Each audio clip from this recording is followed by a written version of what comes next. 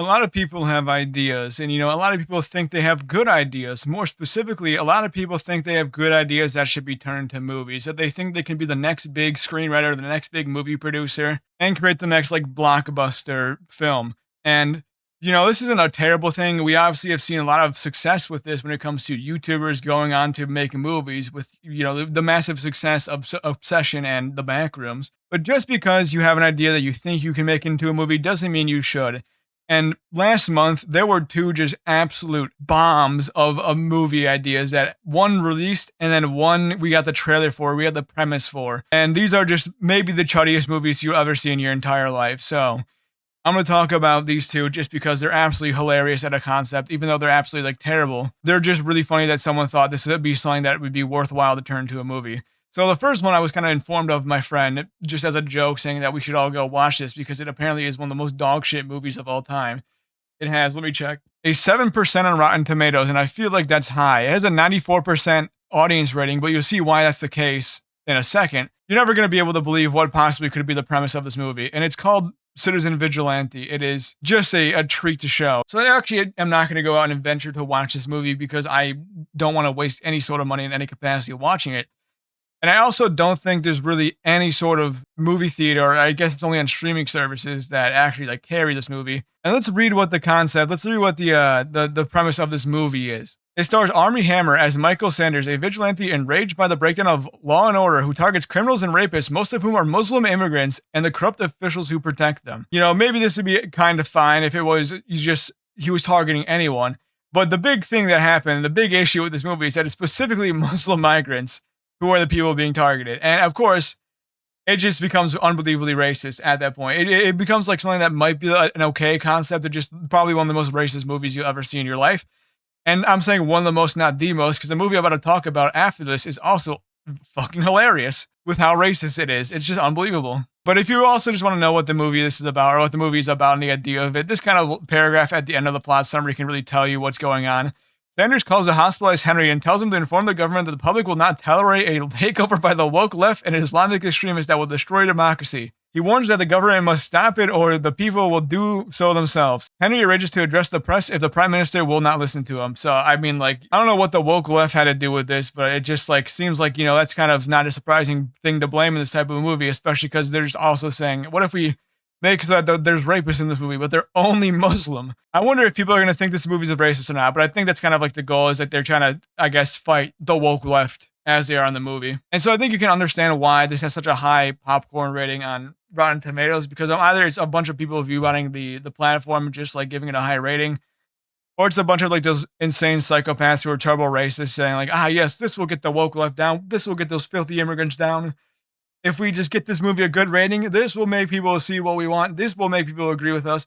Because there's 2,500 audience scores and then only 15 total critic reviews. And once again, I looked at the distribution of it. It was actually only advertised by Elon Musk on Twitter, who made it available for free on Twitter for 2 days. And then it was released on the Apple Store and Amazon Prime Video, which I'm kind of even surprised it got that far. But I guess anything and everything is going to be on those two platforms. And I know what you're wondering. Well, what other movie news could we possibly see that would be even at the same level of the Citizen Vigilante movie? And this is actually a movie I talked about, I think 4 months ago, when the premise of it was kind of leaked. It was kind of being warranted, or people were trying to say it was going to be the anti-woke Sinners, which hilarious in concept as an idea, hilarious just sentence to say. And it's the movie with Jonathan Majors, who is making it so that he is making his return to the silver screen after, he was arrested and found guilty for 2 misdemeanors of assault and harassment. Absolutely, star-studded cast, absolute amazing cast that you want to see, that you love to see. And I guess we finally got the idea of the anti-woke Sinners, and the concept of this is fucking hilarious. So we have the Hollywood Reporter article basically trying to explain the concept of it, and I guess the trailer is called Run, Hide, Fight Infidels. Jonathan Majors returns teams with a Daily Wire to fight ISIS on a U.S. campus. I guess they got the premise of it, where they said the standalone sequel to the 2020 American action thriller, which apparently this is a sequel to a movie, which I didn't even fucking know that, which follows a teenager, outwitting gunmen who have taken over her high school, moves the action from the classrooms of suburbia to a New England college that has been transformed into a mini caliphate after terrorists overtake the campus. The doozy of a premise combines this what if scenario with headlines ripped from the past few years. And so they're kind of like having the glazing Hollywood Reporter like movie premise. We're not trying to call it shit before it gets released. But this is more of the concept of the movie. When radical Islamic terrorists hijack a liberal college's pro-Palestine encampment to enforce barbaric Sharia law on students and execute infidels in a makeshift caliphate, a ragtag band of red-blooded students, a security guard tired of Uncle Tom smears, and a Delta Force vet must arm up to save their clueless peers and keep America from surrendering to the enemy on its own soil. The movie actually has a trailer, and I'm not even going to show the full trailer, but there's an absolutely hilarious scene that I've seen from it that I need to show you. Like, it's not even like they're kind of like saying like, oh, it's the people in this movie are like kind of brainwashed. They're not able to see like that they're being taken over by these terrorists as they call them in the movie. Let's take a look at what I'm talking about. Yeah, so there's like a flag up here, an ISIS flag up here, and then you have people getting down to pray. And that's kind of what they're trying to show is like the terrifying event going on. I guess as people are running around and like being scared at Lafton University, as this New England college is called in the movie. It's kind of this is just a hilarious film to look at, and like I don't know how they kind of came up with this. I guess once again it's the anti-pro-Palestinian thing and stuff like that, and all that tomfoolery of just hating on the encampments and trying to say that Sharia law and woke Sharia law are trying to take over our campuses and make it so that they do all this in the future. When they also say they're like woke and gay and all that shit as well in the college campuses. It's kind of a fun little bounce right here. But I guess they're focusing on the first point, which is just that I guess when you're going for pro-Palestine protests, you're actually getting taken over by Sharia law, and this is what it's going to look like.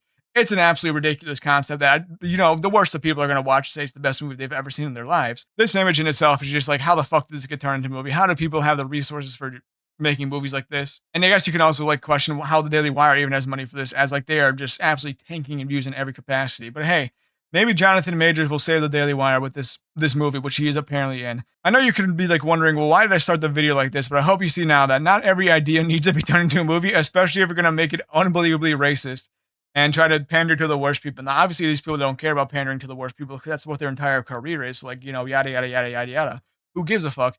This has been said many times before. But I also just wanted to point out, like, how hilarious, like, the fact that these movies exist in the world that we have where independent media production stuff is cool and all that. Where we get like obsession in the backrooms and like even Iron Lung, even though some people hated it and some people didn't. I didn't see the movie, even though I'm a Markiplier glazer, but it's whatever.